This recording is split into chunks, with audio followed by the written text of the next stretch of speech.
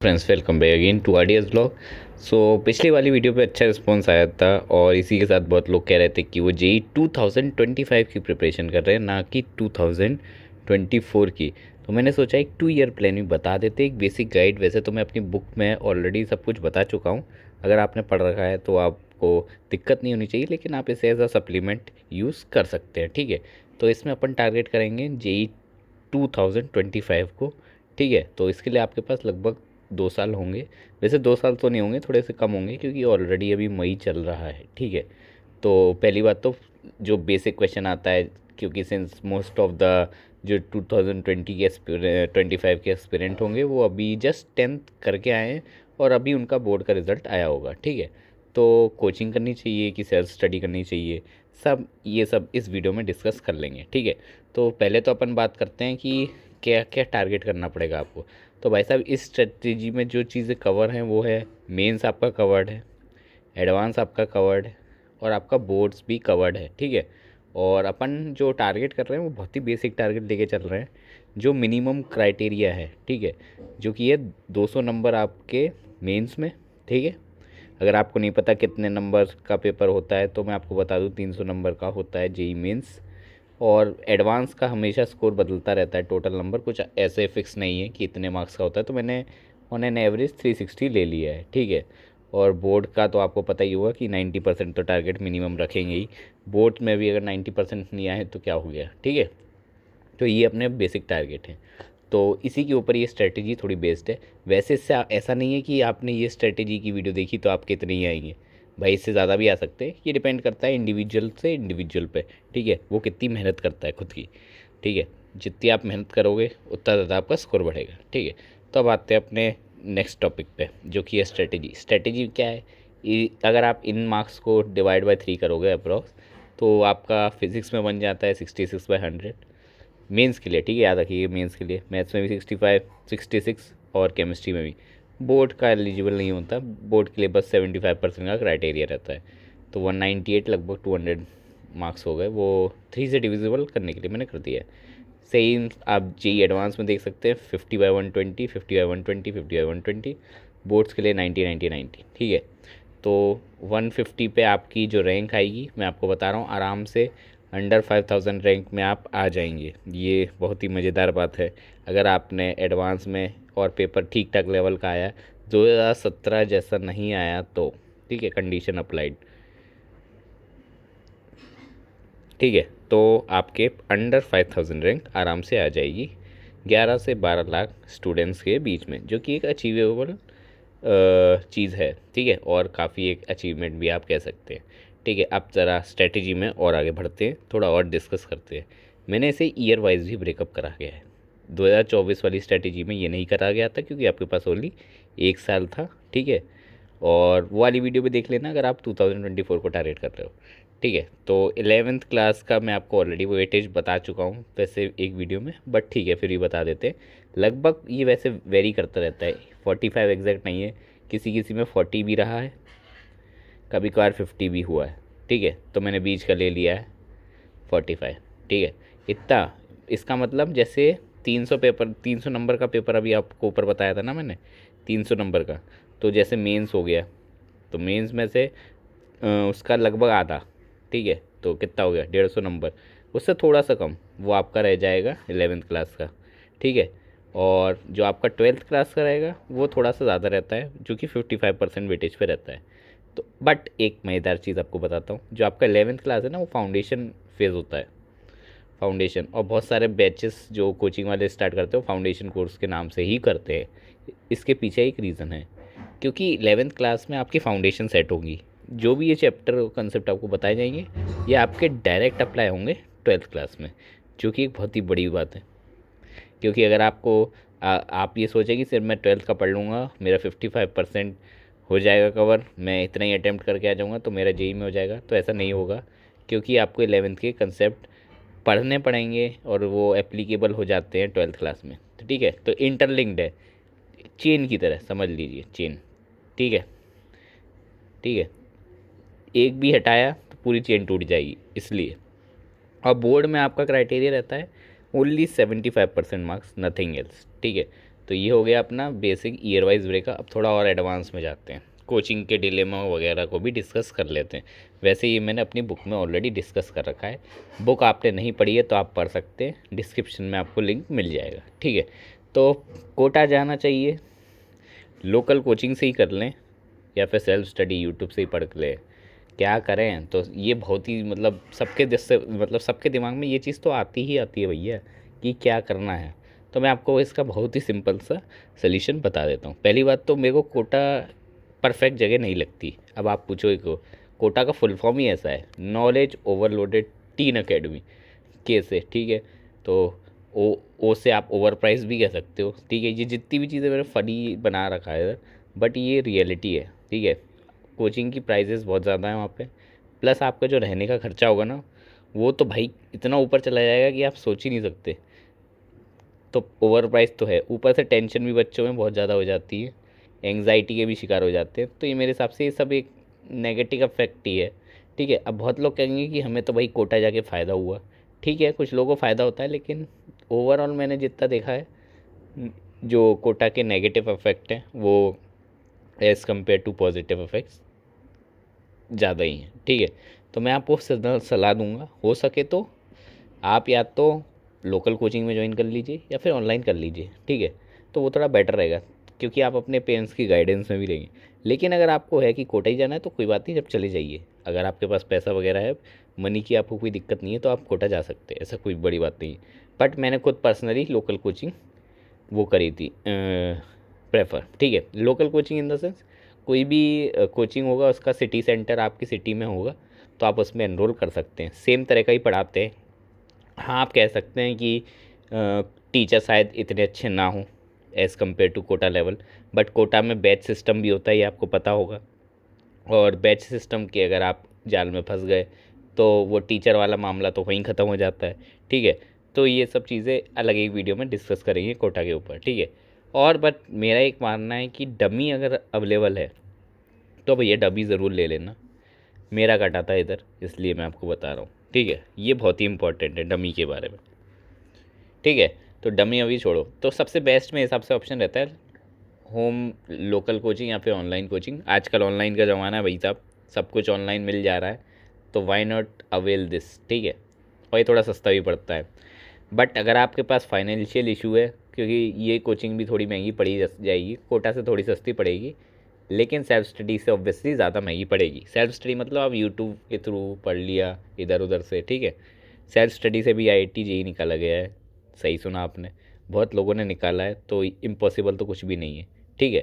तो ये मत समझिए कि इम्पॉसिबल है, जो हार्ड वर्क करेगा उसको सक्सेस मिलेगी, ठीक है। अगर आपको लग रहा है कि मैं बहुत स्लो बोल रहा हूँ तो 2x पे देख लीजिएगा वीडियो, ठीक है। अब आते हैं थोड़ा और डिटेल में रिसोर्सेज की ओर। वैसे तो जो मैं रिसोर्सेज बताए हैं इसमें वो सेम ही था, क्या बोलते हैं 2024 की वीडियो में, जो JEE स्ट्रेटेजी 2024 की ये डाली है, आप वहाँ से भी रेफ़र कर सकते हो। तो थोड़ा डिटेल में बताया है, ठीक है। इधर शॉर्ट में थोड़ा आपको क्लियर कर देता हूँ। फिज़िक्स के लिए HC वर्मा, ठीक है। NCERT कोचिंग मटीरियल अगर आपने कोई कोचिंग ज्वाइन कर रखी है, और या फिर DC पांडे, इन दोनों में से एक ही लेना, ठीक है। ये भी मैंने आपको 2024 वाली वीडियो में ऑलरेडी बता रखा है, ठीक है। तो अगर आपने नहीं देखा तो एक बार देख लीजिएगा, क्योंकि रिसोर्सेज सेम है और मिनिमम ही रखे गए हैं। आपको बस रिसोर्सेज को रिपीटेडली पढ़ना है, वो ज़्यादा इफेक्टिव है एज़ कम्पेयर टू 36 रिसोर्स पढ़ना, ठीक है। अब मैं आपको एक बात बताता हूँ। आपके पास 5 बुक है फिज़िक्स की, सपोज़ आपने अलग अलग राइटर की 5 बुक ले ली, ठीक है, ठीक है, 5 बुक। और वहीं मेरे पास एक बुक है, ठीक है, या फिर कोचिंग मटेरियल एक मॉड्यूल कह लो। अब आपने ये 5 बार पढ़ ली, ये पाँचों बुक ख़त्म कर ली, ठीक है, और मैंने यही मॉड्यूल 5 बार लगा लिया। तो मैं आपको एक मज़ेदार बात बताऊं, this is greater than this. ये 5 बार लगाना इज़ बेटर देन ये 5 बुक अलग अलग बार लगाना, ठीक है। ये हमेशा याद रखना। अब आप बोलोगे ऐसा क्यों, ये आपको पता चल जाएगा, क्योंकि भाई इससे क्या होगा, मेरा रिवीजन लॉक हो जाएगा, जो कंसेप्ट है मुझे दिमाग में आ जाएंगे। इसमें हो सकता है 36 तरह के नए सवाल हो, आप इधर से उधर, इधर से उधर, इधर से उधर, इधर से उधर ही होते रहेंगे, और इन द एंड कंसेप्ट आप हो सकता है कुछ सीख जाए, बट पूरी तरह से नहीं सीख पाएंगे। तो इसलिए मैंने आपको कहा है कि लिमिटेड रिसोर्स रखना है, ठीक है। हर कोई यही बोलेगा, या फिर देखो AIR 1 की मत सुना करो, ठीक है। वो भगवान के पता नहीं कुछ अलग ही लोग होते इंसान ही हैं, बट वो कुछ अलग होते हैं। उनका जितना सिलेबस हो गया होता है ना, वो आप 2 साल में कर सकते हैं, बट टफ है। थोड़ा आईक्यू वाला फैक्टर भी आ जाता है। ठीक है, आप मानो ना मानो आता है, मैंने देखा है, क्योंकि मेरे दोस्त रह चुके हैं। ठीक है। अब बात आती है रिसोर्सेज की। रिसोर्स के तो हो गया, केमिस्ट्री के रिसोर्स की बात करते हैं। पी वाई क्यूज़, हाँ फिज़िक्स में पी वाई क्यूज़ भी ऐड कर लेना। और केमिस्ट्री में पी वाई क्यूज़ मैंने आपको बताया था, रेजोनेंस का मटेरियल देख लेना। नहीं तो आपके कोचिंग का मटेरियल अगर आप फॉलो करते हो तो उसी पे स्टिक ऑन करो, ये ना कि इधर उधर आप आ जाओ। ठीक है। सेल्फ स्टडी के लिए बताया रेजोनेंस मटेरियल। और एन तो आपको करनी है, क्योंकि आपको बोर्ड की तैयारी भी करनी है। ठीक है। मैथ के लिए आपको बताया था Cengage, P Y Q, coaching material. Since 2024 वाली वीडियो मैंने इन दोनों में से एक ही चूज़ करने को बोला था, लेकिन अभी आपके पास टाइम है तो आप इन दोनों को रेफ़र कर सकते हैं। ठीक है। तो ये थोड़े बहुत चेंजेस है माइन्यूट से। अब थोड़ा सब्जेक्ट को और डिटेल में पढ़ते, मतलब समझ लेते हैं। मैथ सब्जेक्ट हो 3 से 4 घंटा डेली पढ़ना है, ये सेम है अमाउंट एज़ कम्पेयर टू 2024 वाली स्ट्रेटेजी। बट आप कहेंगे भाई साहब फिर तो सब कुछ सेम ही हो गया, तो अंतर क्या हुआ? भाई अंतर पता क्या हो गया, आपके पास 1 साल एक्स्ट्रा है। ठीक है। सेम चीज़ आप एक्स्ट्रा 1 साल में कर रहे हो, तो आपका रिवीजन और बेटर होगा। ठीक है। इसका मतलब आपकी परफॉर्मेंस इंक्रीज़ होगी। अगर कोई 1 साल में 4000 रैंक ले आता है, तो वही बंदा 2 साल में अंडर 1000 भी ला सकता है, याद रखिए, क्योंकि इस पर टाइम है। ठीक है। मैथ में प्रैक्टिस का ही खेल होता है, तो 1 साल आपके लिए बेनिफिशियल है ऑलरेडी। सही समय पे आप शुरू कर रहे हैं, लग जाइए, हो जाएगा। हार्ड, हाँ कह सकते हैं हार्ड है थोड़ा मैथ, और गेम चेंजर है। गेम चेंजर क्यों? अगर आपको 1000 के अंदर रैंक चाहिए ना, तो ये लिटरली गेम चेंजर है। मैथ ही आपकी रैंक इम्प्रूव करेगा। ठीक है। अब थोड़ा और डिटेल में जाते हैं। केमिस्ट्री के अंदर भी आपको डेली 3 घंटे पढ़ना है। ये सबसे आसान सब्जेक्ट है, सबसे ज़्यादा स्कोरिंग, और ये आपका कॉन्फिडेंस बढ़ाएगा। केमिस्ट्री मोस्टली सब लोगों को आसान लगती है।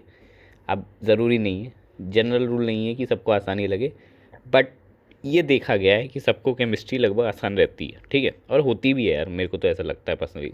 काफ़ी चीज़ें यार रटने वाली हैं, मैथ फिजिक्स में रटने वाला कहीं आता है। ठीक है। तो इसलिए, और ये आपको इतना प्रैक्टिस कर लेना है कि आप जब पेपर करें इसका 45 या 50 मिनट में आपका हो जाए। ठीक है।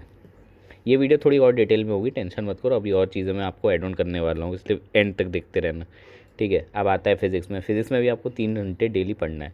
3 घंटे ये क्या है, मैंने अभी आपको, अगर आपने सम करा होगा ना फिज़िक्स केमिस्ट्री और मैथ्स का, तो 3 3 और उसका 4, तो कितना हो गया टोटल करो, ये 10 घंटे हो गए भाई। ठीक है। अब 10 घंटे पढ़ना is good, very very good मेरे हिसाब से। ठीक है। इतना लोग नहीं पढ़ पाते डेली में, पहली बात तो मैं आपको बता दूं। अगर आप इतना ही पढ़ लेते ना, तो मैं आपको बता दूं आप 99% लोगों से आगे चले गए। मज़ेदार बात। ठीक है। अब आप कहेंगे हैं 99%, ये कुछ ज़्यादा नहीं फेंक दिया? नहीं भाई, 99% क्यों? आप अगर कंटिन्यूसली 2 साल इस, मतलब इतना पढ़ लेते हैं, 2 साल में आपने डेली 10 घंटे पढ़ाई करी, तो आप 99% लोगों से ऑलरेडी आगे हो चुके होंगे, ये मेरा कहना है। ये नहीं कि आपने एक दिन पढ़ लिया 10 घंटे, अगले दिन आपने पढ़ा ही नहीं तो आप 99% से आगे हो जाए, ना भाई ना। यही तो गेम चेंजर है। ठीक है। फिज़िक्स पे आते हैं फिर से, मतलब फिज़िक्स डिस्कस नहीं कराता इसलिए। 3 घंटे ये भी पढ़ना है। मॉडरेट सब्जेक्ट है ये, मॉडरेट मतलब मेरे हिसाब से मिड में आता है ये, केमिस्ट्री और मैथ के। ठीक है। थोड़ा मैथ थोड़ा टफ साइड पे रहता है ज़्यादा। ठीक है। हाँ लेकिन इसमें चैप्टर वाइज रहता है, ये सब्जेक्टिव हो गई बात, ओवरऑल मैं बता रहा हूँ। इसमें ऐसे जो कुछ चैप्टर होंगे जो मैथ से टफ होंगे, कुछ होंगे मैथ्स के ज़्यादा टफ होंगे, तो ये बराबर भी मान सकते हो। बट थोड़ा मॉडरेटली टफ बोलेंगे इसे, मतलब मॉडरेट से थोड़ा सा ऊपर बोल लो या फिर मॉडरेट बोल लो। ठीक है। फ़र्क ये है कि ये थोड़ा इंटरेस्टिंग है, मज़ा आता है। ठीक है। और स्कोरिंग बन सकता है, याद रखिएगा। अगर आपको पता हो तो मैंने अपनी 2024 वाली जो जेई की वीडियो थी ना, उसमें बताया था कि आपका 2 सब्जेक्ट्स को मास्टर करना है, तो आपका जेई निकल जाएगा, वो भी डिसेंट रैंक से, याद रखिएगा। राइटिंग पे मत जाइए, बहुत ही रफ है। ठीक है। अब आते हैं अपने नोट्स मेकिंग में। हाँ, तो भाई लोग 36 वीडियो बनाते हैं, मेरे हिसाब से यार नोट्स में तो कुछ ज़्यादा आपको दिमाग मारना ही नहीं है। नोट्स आपके पूरे कंसाइज होने चाहिए। ठीक है। ऐसे नोट्स बनाओ जो 30 से 45 मिनट रिवाइज हो जाए, डेली डेली, सही सुना, सोने से पहले आपने मंत्र जाप कर लिया अपने नोट्स का 30 से 45 मिनट, बस ऐसे नोट्स होने चाहिए। ठीक है, स्टार्ट में आपके नोट्स छोटे होंगे तो जल्दी रिवाइज हो जाएगा, 5-10 मिनट में भी हो जाएंगे। और नोट्स में क्या होना चाहिए मैं आपको पहले बता दूं, नोट्स में देखो आपके पास फॉर्मूले होने चाहिए, शॉर्ट हैंड ट्रिक्स, कुछ क्वेश्चंस की अगर आपको याद नहीं है तो वो आप उसमें लिख लीजिए, और फॉर्मूलेस, बस इससे ज़्यादा कुछ नहीं करना भैया, इससे ज़्यादा आपको ज़रूरत पड़ेगी नहीं, फॉर्मूले और शॉर्ट हैंड ट्रिक्स, बस इससे ज़्यादा कुछ नहीं। इससे आपका जो नोट्स बनेंगे एंड में, एंड तक, उसे भी आपको 30 से मैक्स टू मैक्स 45 मिनट लगेगा रिवाइज करने में। ठीक है, जब 2 साल का सिलेबस पूरा हो जाएगा, इससे ज़्यादा आपको नहीं लगेगा, तो ये बहुत ही फ़र्क है। ठीक है, तो कंसाइज बनाओ बस, और डेली रिवाइज इसलिए करने को बोल रहा हूँ कि फॉर्मूले जैसी बेसिक चीज़ दिमाग से निकल जाती है तो आपका सवाल होगा ही नहीं, इवन तो आपको कंसेप्ट आता हो। ठीक है, इसलिए अब मज़ेदार बात, थोड़ा मंथली एनालिसिस कर देते हैं। सिंस मई एंड हो गया मैंने उसे कंसीडर नहीं करा है, मोस्टली आपने शायद पढ़ाई शुरू कर दी होगी, या फिर कुछ लोग पढ़ाई शुरू करने वाले होंगे। ठीक है, तो अगर नहीं करा है तो कर दो भाई, क्योंकि समय शुरू हो चुका है आपका टिक टिक टिक टिक बीतने का। ठीक है, अब बात करते हैं, आपके पास है जून, जुलाई, अगस्त, सितंबर, अक्टूबर, नवंबर, दिसंबर। ठीक है, और ऐसे ही पूरा उधर जाएगा। ये अभी जो है ये मैंने उसका बनाया है 2024 टाइप का। ठीक है, सेम इसमें आपका एक एक साल एक्स्ट्रा बढ़ जाएगा और कुछ नहीं, इधर बाकी के वो आ जाएंगे, जैसे मई है तो इधर आपका जून 2024 आ जाएगा। ठीक है, ठीक ठीक, बाकी सब सेम रहेगा, तो मैंने थोड़ा शॉर्ट एंड करने के लिए बता दिया है। तो जैसे कि जो 1 साल की प्रिपेयर कर रहे हैं उनके पास इतना समय रहता है। ठीक है,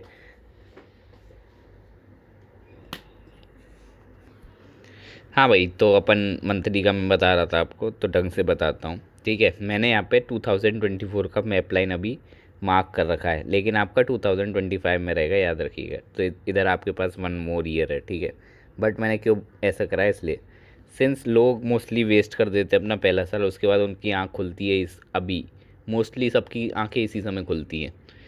और मज़ेदार बात, 1, 2, 3, 4, 5, 6, 7 मुश्किल से बचते हैं उन पे 7 महीने।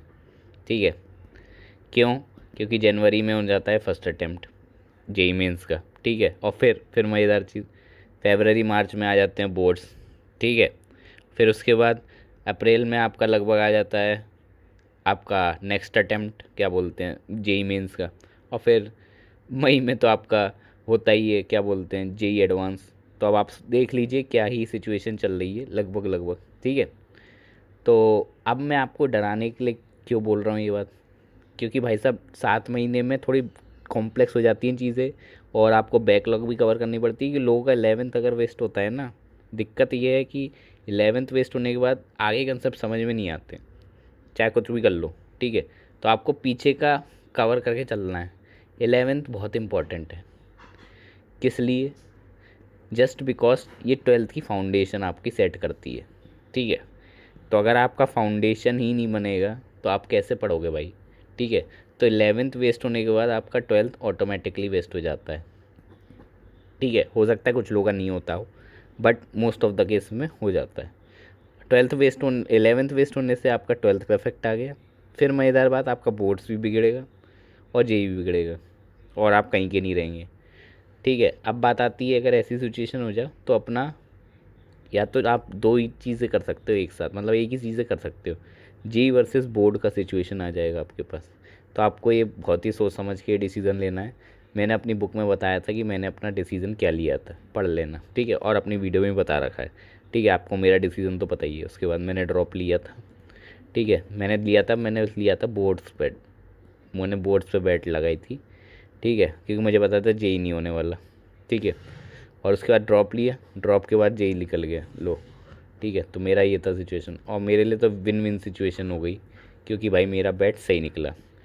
कुछ लोग उल्टा बैट लगाए थे, मेरे दोस्त जेई पे बैट लगाए थे, बोर्ड्स भी डूब गया, जेई भी डूब गया। अगली साल फिर दिया, एनआईटी मिल गया, बट ठीक है, उनका भी सही है, बट उनका बोर्ड्स भी तो ख़राब हुआ, जो कि अच्छा इंप्रेशन नहीं बनाता, क्योंकि जब आप जॉब के रिज्यूम बनाते हो तो उसमें अपना क्लास 12th का परसेंटेज आपको लिखना पड़ता है, 10th का भी लिखना पड़ता है, तो वो थोड़ा नेगेटिव इंप्रेशन बना सकता है। वैसे इतना नहीं इतना मतलब मैटर नहीं करता, बट फिर भी दिख रहा है, 70% दिखेंगे वहाँ आपके 90% दिखेंगे, तो अंतर दिख जाएगा। ठीक है, तो ये थी डराने वाली बात। अब आपको रियलिटी दिखाता हूँ। सिंस ये तो 2024 की बात हो गई, ठीक है, लेकिन आप हैं 2025 के टारगेट वाले लोग, ठीक है, तो क्या होगा, आपके पास एक्स्ट्रा मंथ होंगे, जून, जुलाई, अगस्त, सितंबर, अक्टूबर, नवंबर, दिसंबर, ठीक है। तो ये 7 महीने आपके पास एक्स्ट्रा होंगे एज़ कम्पेयर टू अगर आपने 11th वेस्ट कर दी, ठीक है, तो आपका यही गेम चेंज हो जाएगा। तो आपको क्या करना है, बस मैं जो बता रहा हूँ वो चीज़ें फॉलो करो, बहुत ही सिंपल है, ठीक है, कुछ नहीं करना है, आपका जेई में निकलवा दूंगा, ठीक है, बस ये आपको छोटी सी चीज़ें फॉलो करनी है और कुछ नहीं करना, इससे ज़्यादा आसान कुछ नहीं है जो मैं अभी बताने वाला हूँ। अगर आपने कोई भी कोचिंग वगैरह लगा रखी है, ठीक है, ठीक है, अगर आपने कोई भी कोचिंग लगा रखी है, जैसे एलन ले ली, आप अपना क्या बोलते हैं फिटजी ले ली या फिर रेजो ले ली, कोई भी ले ली यार, A to Z कोई भी कोचिंग लगा रही है, वो उसमें मिलता है खूब भर भर के होमवर्क, उसको सॉल्व करते चलो बस। और उसमें टेस्ट होते रहेंगे, रिवाइज आपको करते रहना है, रिवाइज करते रहना। रिवाइज कैसे करना है भैया, जैसे मैं बताता हूँ, मैंने जब कोचिंग ली थी तो मेरा 3 हफ्ते में टेस्ट होता था, ठीक है, हर 3 हफ्ते में। तो मेरा स्ट्रेटेजी क्या था, पहले 3 वीक पढ़ाई करी उस सब्जेक्ट के बारे में, ठीक है, फर्स्ट टेस्ट का बता रहा हूँ, ठीक है, फिर हुआ टेस्ट, मतलब पहले 3 ही वीक था तो ज़्यादा, सैटरडे संडे फ्राइडे सैटरडे में मैंने रिवीजन स्टार्ट करा तो हो गया, ठीक है। अब क्या होता है, अब अगले जो क्या बोलते हैं, अगले इसके अगले 3 वीक बाद फिर से टेस्ट होगा, ठीक है। तो सिलेबस क्या होता है कि पीछे भी आता है प्लस एड ऑन भी। अब एड ऑन तो मेरा कवर हो ही जाएगा जो कोचिंग में चल रहा है उससे, और मैं उसकी मॉड्यूल्स और शीट वगैरह और जो बुक लगा रहा हूँ उससे, लेकिन जो पीछे का है वो नहीं होता ना, तो पीछे के लिए मेरे को रिवीजन मानना पड़ता है। तो 1 वीक पहले रिवीजन स्टार्ट कर देता था मैं, ठीक है, एक्स्ट्रा 1 या 2 घंटा आप निकाल लो अपने दिन में जिसमें आपको रिवीजन मानना है। ऐसे मैंने रिवीजन करता था टेस्ट के साथ, तो पीछे का भी चलता था मेरा साथ साथ और आगे का भी।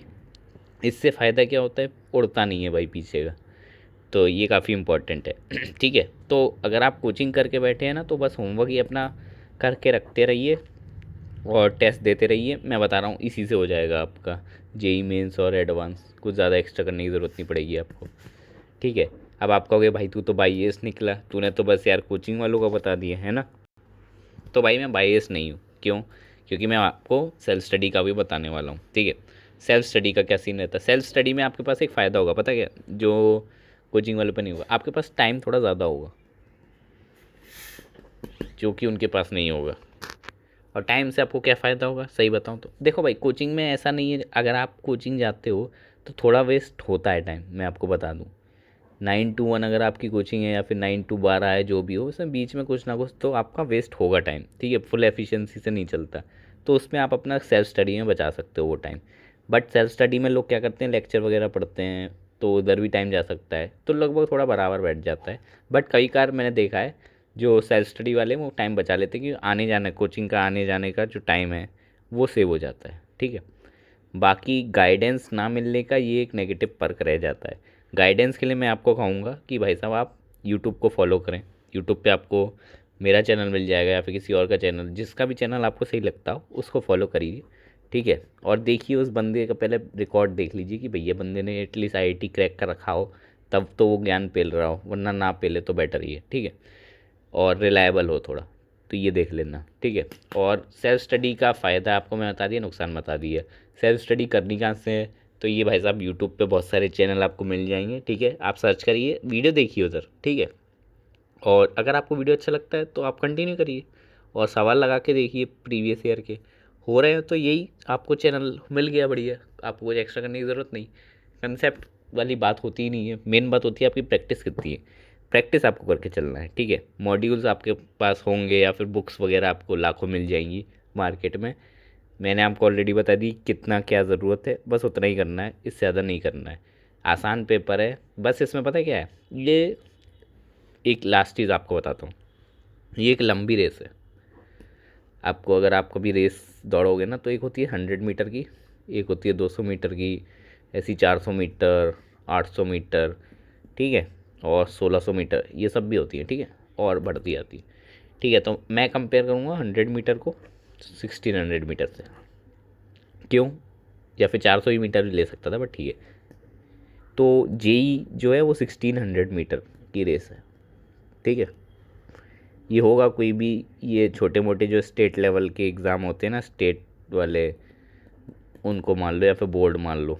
ये मैं तो बोर्ड बोर्ड को मानो भाई, ये बोर्ड एग्ज़ाम हो गया आपका 100 मीटर की रेस, और जो जेई हो गई आपकी 1600 मीटर की रेस। अंतर क्या है, बोर्ड अगर आप लास्ट में 3 महीने या 2 महीने भी पढ़ोगे ना तो आपका निकल जाएगा और 90% आ जाएंगे। मैंने लास्ट में 2-3 महीने से ही पढ़ाई करी थी, तो मेरा बोर्ड में 92.8 आ गए थे। इतने ज़्यादा अच्छे भी नहीं है, बट ठीक है, 90 से ऊपर आ गए तो नाक बच जाती है, ठीक है।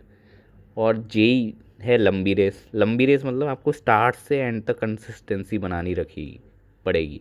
जो मैंने बताया ना आपको, 10 घंटे, 10 नहीं, आप यार 6 घंटे ही पढ़ लो डेली के, लेकिन डेली पढ़ लो 2 साल, तो भी जेई क्रैक हो जाएगा अंडर 4000 में, ठीक है। ये 10 घंटे अगर आपने पढ़ लिया ना 2 साल लगातार, तो मैं बता रहा हूँ आपकी 1000 के अंदर रैंक आ जाएगी, 1000 के अंदर। कोई बड़ी बात नहीं कर रहा हूँ, ये रियलिटी बता रहा हूँ आपको, ठीक है। 1000, और अगर 6 घंटे पढ़ते हो तो 4000 या 5000 के अंदर आ जाएगी। बट डेली की बात हो रही है, ठीक है। ये नहीं कि मतलब कुछ भी, डेली मतलब एक दिन भी छुट्टी नहीं, कुछ भी नहीं, ऑफ डे नहीं है आपकी ज़िंदगी में, कोई संडे नहीं है, कोई मंडे नहीं है, कुछ नहीं, ठीक है। 2 साल, बस 2 साल एग्जैक्ट, तो आपका हो जाएगा। तो लोग क्या करते हैं, स्टार्ट में तो बहुत जोश होता है कोचिंग में, सब भाई साहब दे दनादन आंसर, ये वो, टेस्ट में भी अच्छे नंबर आते हैं। धीरे धीरे जैसे जैसे डिस्टेंस बढ़ता जाता है, मतलब 12th जैसे जैसे पास आता है, लोगों का फ्लो डूबता जाता है। जो कभी टॉपर हुआ करते थे वो लास्ट रैंकर बन जाते हैं, ठीक है। लेकिन वहाँ पे अगर एक बंदा होगा, स्लो बंदा, जिसके स्टार्ट में भले ही अच्छे मार्क्स नहीं आए, लेकिन कंसिस्टेंटली पढ़ रहा होगा, तो मैं बता रहा हूँ वो टॉपर बन जाएगा लास्ट में। तो यही खेल है जेई का, इससे ज़्यादा कुछ नहीं है। तो आज की वीडियो में यही था। Thank you, thanks for watching. और अगर आपको थोड़ा और टिप्स चाहिए होगा तो मेरी 2024 वाली स्ट्रेटेजी वाली वीडियो भी देख लेना, उसमें मैंने टाइम मैनेजमेंट वाली ट्रिक भी बताई है। तो मिलते हैं आपको नेक्स्ट वीडियो में, बाय बाय।